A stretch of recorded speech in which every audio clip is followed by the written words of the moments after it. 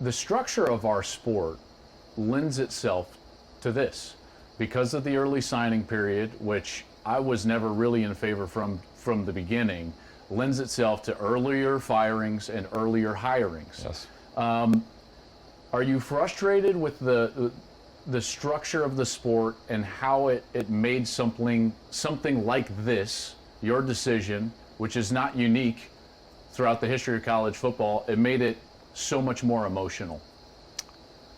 I am, because you look at other sports and it's not really the case. And I do think there's ways that this can be avoided, because you put, really we're all in the same boat. Players, coaches, people have to make these decisions so quickly and at inopportune times for their current positions that it's not good. It's not healthy for the sport. We're all human beings. This is all our lives. We've all got to do in these moments what we think is best. But I mean, having to make a decision a few hours after your team plays your last regular season game is not.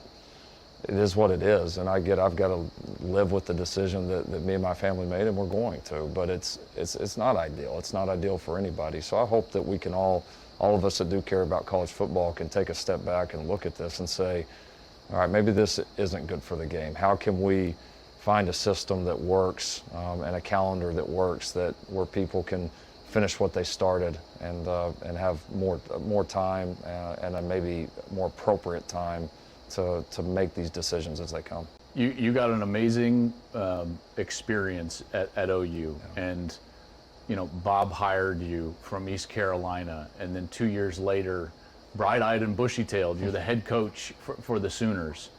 But I do know as a competitor, because we're all competitors. I'm a competitor. Even in my industry, you want to establish yourself and build something. Was there any part of this that you wanted to go and build something that was yours and not something that you were continuing? No, there wasn't. Because there's, these jobs, there's challenges in every single job. Yep. And there was challenges at OU and would have continued to be challenges at OU. I think for me, it was so much more about what this place could be and the excitement level of that. I took over OU at a phenomenal time. Bob Stoops, one of the greatest coaches in history, helped me get that job. He helped me to prepare for that job. I couldn't have taken over a better situation, especially for a first-time head coach. I give him all the credit in the world for that, and it was great for me. The flip side of that is the very first year you were expected to win every game, and so there's always give and take. You almost did it that year. We almost did, and so no, I just think that would be an egotistical way to look at it. Sure. That there was going to be challenges no matter where I coached. This was just the right challenge at the right time, and it felt right. It did. And as much as I love OU and always will, this was the right timing for us.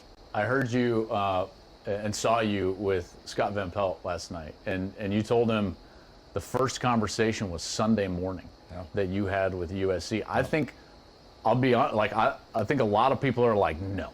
Yeah. That there's no way that it happened that late in the process. The whirlwind of what happened from Bedlam to that moment, is that a blur for you now in hindsight? It is, because it didn't feel real, and I honestly never saw myself leaving OU. I mean, I really we've had a lot of conversations about that, and I can attest to that. You've told me countless times about NFL jobs and so on. That was the first conversation, Sunday, probably, 11 o'clock that morning, somewhere in there, was the first conversation that I've ever had with anybody else from another football team as long as I've been at OU. I've never, some great opportunities from time to time came up, but I never had any desire to even explore it. But I did with this one. I did, and as much as I almost didn't want to, I couldn't ignore how I was feeling and the true intrigue I had. And like I said, once we had the conversation, it came together so quickly, probably faster than, again, like we talked about, probably faster than ideally I would have liked it to. But I'm thankful for how the leadership at OU handled it. They were gracious and no surprise, but they were phenomenal. And then the opportunity to tell my guys there, which was, it sucked. It was terrible. But to have the chance to do that, I'll forever be thankful for. Tough moment in that room?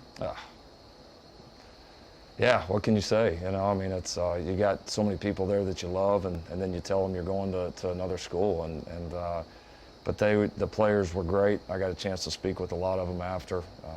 You know, I think the players there know me well enough to know that I do care about them, and I wouldn't take this if I didn't feel like it was the right opportunity for me and my family. So, no, it was tough, but there's a lot of long-standing relationships there, and I'm glad I got to do it in person. I'm very thankful for that. Hey, thanks for watching. If you enjoy that clip, make sure you click subscribe somewhere down here. From game highlights to exclusive interviews and rankings, we've got everything you need as a college football fan right here, College Football on Fox.